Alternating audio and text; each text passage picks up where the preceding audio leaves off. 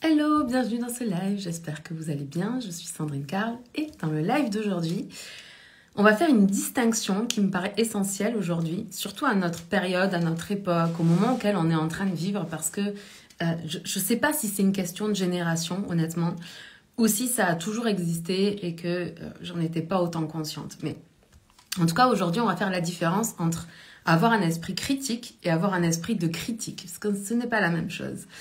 Je pense que d'aussi longtemps que vous vous souvenez, hello Juliette, bienvenue dans ce live, d'aussi longtemps que vous vous souvenez, probablement que vous avez entendu quand vous étiez à l'école, quand vous étiez au collège, au lycée, puis dans vos études supérieures, que c'était, hello Anaïs, bienvenue dans ce live, que c'était très important d'avoir un esprit critique.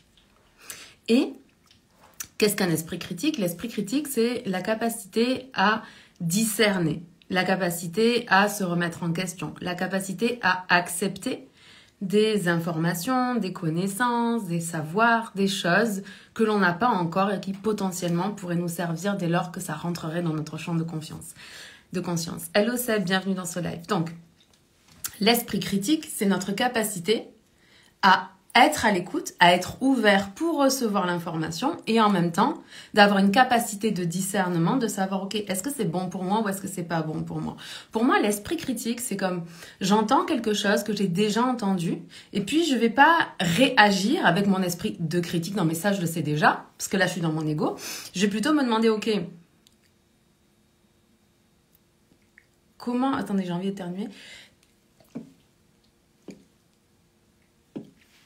Pardon.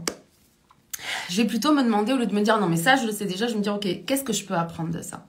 Qu'est-ce que j'ai à apprendre de ce qui vient d'être dit par cette personne-là?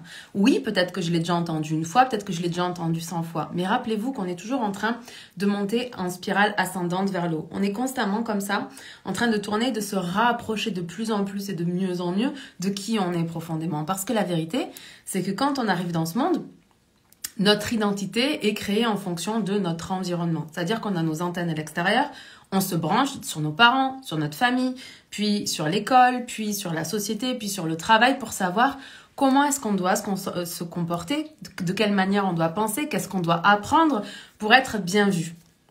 Par nos parents, par notre famille, par nos professeurs, puis par la société, puis par notre patron et par toutes ces choses-là. Donc, on est en train de se conformer par rapport à l'extérieur. Or, je vous l'ai dit plusieurs fois, ce qui va faire la différence dans votre vie, ce qui va faire que vous allez vraiment être capable dans votre vie de créer les plus grandes choses en vivant la meilleure des vies, ça va vraiment être de remettre vos antennes à l'intérieur et de vous demander qu'est-ce qui est bon pour vous, qu'est-ce qui est juste pour vous, qu'est-ce que vous avez besoin d'apprendre, de comprendre pour passer au prochain niveau. Ça, c'est vraiment l'esprit critique, notre capacité à se remettre en question, à discerner, à faire les bons choix, à prendre des décisions pour nous et non pas en fonction des autres. Tout ça, c'est l'esprit critique. L'esprit de critique, c'est ce que malheureusement, on voit beaucoup trop en ce moment quand on allume la télé, sur les réseaux sociaux, etc., etc. C'est ce besoin permanent de critiquer l'autre. Sauf que ce que je voudrais vous dire, c'est que si, à l'heure actuelle, vous utilisez plus votre esprit de critique que votre esprit critique, ben vous avez une tendance à constamment critiquer ce que les autres font, la manière dont ils font, la manière dont ils se présentent, la manière dont ils parlent, la manière dont ils vivent leur vie, la manière dont ils s'habillent, toutes ces choses-là, ok? Quand vous faites ça, vous n'êtes pas en train d'apprendre, de grandir, de vous développer, de vous connecter à la meilleure version de ce que vous pouvez être. En réalité, quand vous êtes dans l'esprit de critique, vous êtes juste en train, c'est votre ego, qui est en train de réagir par rapport à ce que font les autres parce qu'il se sent menacé. La raison pour laquelle votre ego va se sentir menacé parce que certaines personnes disent certaines choses, ou parce que certaines personnes ont certaines choses, ou parce que certaines personnes font certaines choses, c'est premièrement parce que ça vient toucher vos zones d'ombre, parce que si c'était en lumière, vous n'auriez pas besoin de critiquer.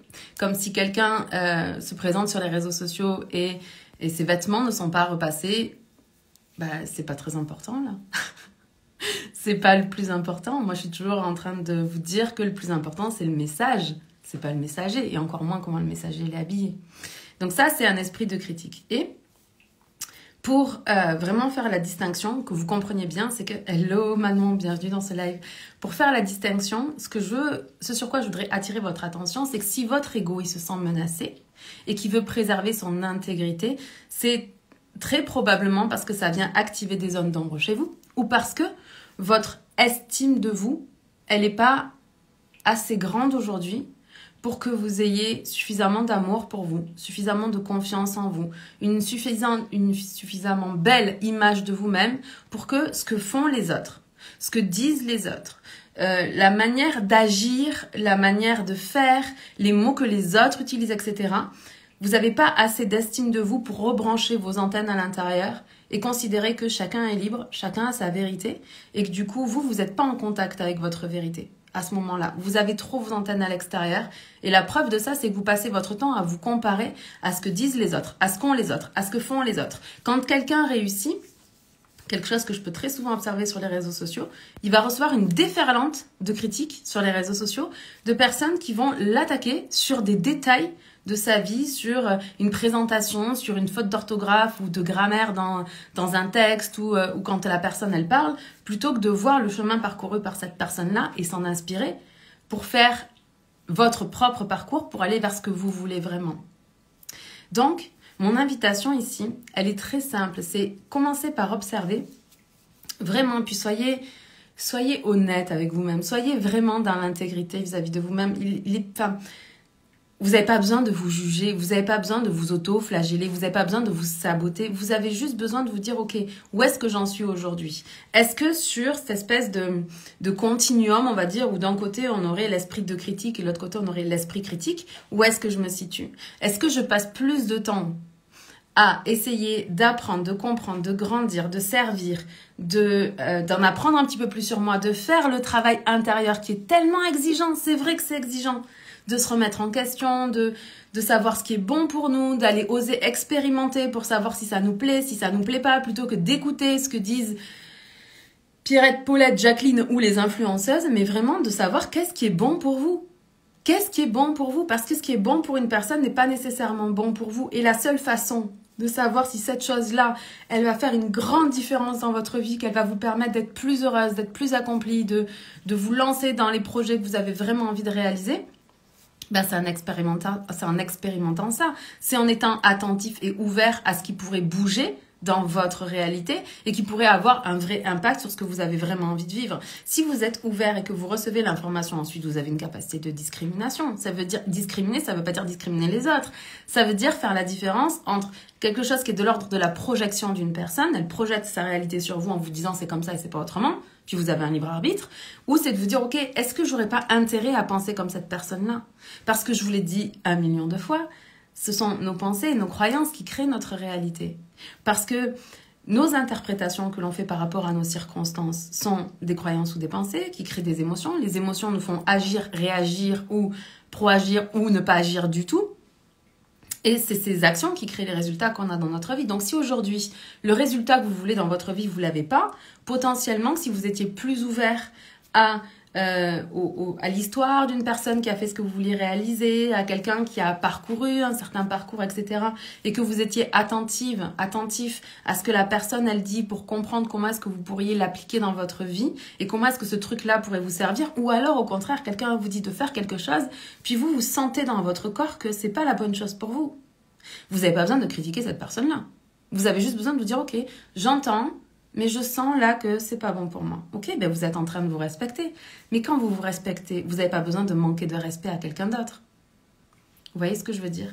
Et cette bascule-là, je crois que notre génération, elle a vraiment besoin de se reconnecter à ces choses-là. J'ai l'impression, peut-être que je me trompe, mais j'ai l'impression que parce qu'on n'a pas grandi, notre génération, genre entre 30 et 40 ans, là, parce qu'on n'a pas, et plus, parce qu'on n'a pas grandi avec les réseaux sociaux, parce qu'on n'a pas cette... je sais pas comment dire, on n'a pas grandi dans cette information débordante, on a appris à grandir avec le web, moi j'ai découvert les réseaux sociaux, je pense que je devais déjà 23, 24 ans, etc. Donc, ça fait pas partie de notre environnement, en tout cas ça n'a pas fait partie de notre environnement. Et j'ai l'impression que certaines générations, les générations qui arrivent après nous, qui sont nées en fait avec toutes ces nouvelles...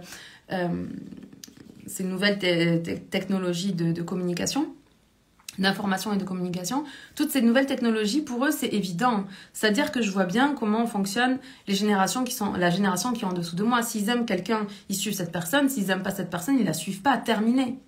Et puis, sur notre génération, on va dire des 30, 50 ans, c'est comme si On voulait absolument avoir raison. On voulait absolument que notre réalité soit la seule et bonne réalité et la seule vérité pour tout le monde. Mais on est dans un esprit de critique. On n'est pas dans un esprit critique. L'esprit critique, c'est faire sa propre expérience, expérimenter par le corps, ressentir ce qui est bon pour nous, ce qui n'est pas bon pour nous. Puis parfois, on va expérimenter des choses, ça va fonctionner. Et parfois, ça va pas du tout fonctionner. Parfois, on va se dire « Ah, je vais faire ça parce que telle influenceuse, telle personne que j'aime bien ou autre fait telle chose-là. » On va le tester sur nous, puis on va bien se rendre compte que ça fonctionne pas pour nous. Ok ? Ça veut rien dire à propos de la personne. Si ça fonctionne pour elle, tant mieux pour elle. Si ça fonctionne pas pour nous, bah allons chercher quelque chose qui fonctionne pour nous. Et nous deviendrons peut-être un modèle pour les personnes qui ont essayé quelque chose et pour qui ça n'a pas fonctionné. Je vous donne un exemple. Le Miracle Morning. Moi, quand j'ai commencé, donc j'étais étudiante en psycho et j'ai fait mon stage de 4e année avec une psychologue positive, ok ? Et cette psychologue positive, avant même que le Miracle Morning envahisse les réseaux sociaux, envahisse la toile, etc., etc., et que tellement de gens aient lu ce livre-là, elle se levait déjà à 5 heures du matin. Elle se levait à 5 heures du matin depuis déjà de nombreuses années parce qu'elle prenait ce temps-là le matin pour elle, pour ses projets, pour ce qui était important, etc. Et ensuite, elle allait faire sa journée dans son cabinet, dans laquelle elle recevait ses patients, dans laquelle elle travaillait en équipe, avec son équipe, etc., etc. Donc, j'ai essayé ce truc-là. Puis j'ai essayé de me lever à 5 heures du mat à peu près une centaine de fois dans ma vie. Puis la vérité à propos de ça, c'est que moi, ça me convient pas. C'est pas que je ne veux pas. Ce n'est pas que je n'ai pas de discipline pas pour faire ça. C'est pas parce que j'ai pas de volonté. C'est juste parce que si je le fais, même en travaillant mes croyances, même en travaillant mes pensées, bah, je me sens pas bien parce que c'est pas mon rythme intérieur, c'est pas celui-là. Moi, je fais partie de ces gens, alors peut-être que j'ai de la chance, mais qui sont efficaces de 9h à 17h, des horaires de bureau normaux. Et c'est pas parce que je suis entrepreneur que je dois me lever plus tôt parce que les autres entrepreneurs se lèvent plus tôt, ou que je dois travailler la nuit parce que certains entrepreneurs travaillent la nuit. La vérité à propos de mon mode de fonctionnement et de mon rythme, c'est que moi, je suis vraiment efficace de 10h vraiment à 17-18h. Voilà, ça c'est mon rythme à moi. Et ça veut pas dire que ceux qui se lèvent à 5 heures ont tort et que ce sont des menteurs et que nanani nanana. C'est juste que c'est bon pour eux. C'est cool que ce soit bon pour eux. C'est cool qu'ils aient trouvé ce qui est bon pour eux. Ce qui est bon pour moi, c'est plutôt de me réveiller vers 7h, 7h30. Ça, c'est bon pour moi. Ok ? Et chacun est libre de trouver ce qui est bon pour lui. Mais pour savoir si c'est bon pour nous ou pas, bah, c'est important d'aller expérimenter. Donc vraiment, mon invitation dans ce live-là, c'est, ok, demandez-vous si aujourd'hui, vous avez plutôt un esprit de critique ou un esprit critique. Et je voudrais vraiment, vraiment, vraiment vous inviter, mais vraiment pour votre plus grand bien, parce que ça va changer votre vie, d'arrêter de passer votre temps à critiquer ce que font les autres pour mettre votre attention et votre focus sur ce que vous avez envie de faire, et de travailler pour cette chose-là, de persévérer et de montrer que c'est possible d'avoir une vision du monde qui est différente, de vivre différemment, de s'épanouir différemment de ce que nous propose la société, les médias, la télé, les choses comme ça.